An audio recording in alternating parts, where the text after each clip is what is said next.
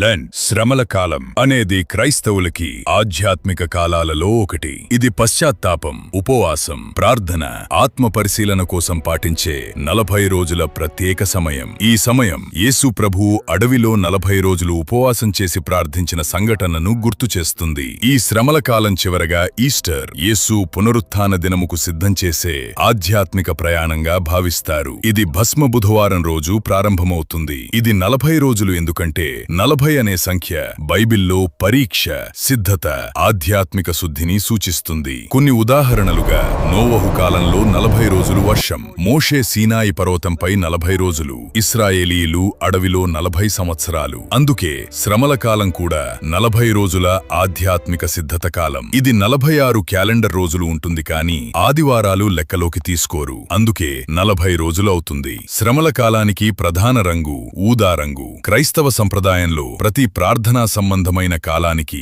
ఒక ప్రత్యేక రంగు ఉంటుంది. ఊదా రంగు పశ్చాత్తాపం మరియు వినయంను సూచిస్తుంది. పురాతన కాలంలో ఊదా రంగు రాజులు మాత్రమే ధరించగలిగే అరుదైన రంగు. మార్క్ సువార్త 15:17లో చెప్పినట్టుగా ఆయనకు ఊదా రంగు వస్త్రము తొడిగించి ముండ్ల కిరీటమును ఆయన తలమీద పెట్టి యూదుల రాజా నీకు శుభమని చెప్పి ఆయనకు వందనము చేయసాగిరి. కాబట్టి చర్చిల్లో ఊదారంగు వస్త్రాలు, బట్టలు ఉపయోగిస్తారు. ఊదారంగు యేసు బాధను, శిలువ మార్గాన్ని, త్యాగాన్ని గుర్తు చేస్తుంది. ఈ శ్రమల కాలం చివరి వారాన్ని పరిశుద్ధ వారంగా పిలుస్తారు. క్లుప్తంగా లెంట్ పదం పాత ఇంగ్లీష్ పదం లెంగ్టన్ నుంచి వచ్చింది. దాని అర్థం వసంతకాలం. లెంట్ అనే పదం బైబిల్లో లేదు, కానీ లెంట్ భావన, ఉపవాసం, ప్రార్థన, పశ్చాత్తాపం బైబిల్లో ఉన్నాయి. లెంట్ సమయంలో చాలా మంది దానం చేస్తారు. లెంట్ సమయంలో అల్లేలూయా అనే పదం చాలా చోట్ల ఉపయోగించరు. కారణం లెంట్ కాలం గంభీరమైన పశ్చాత్తాప కాలం. అందుకే ఆనంద గీతాలు తగ్గిస్తారు.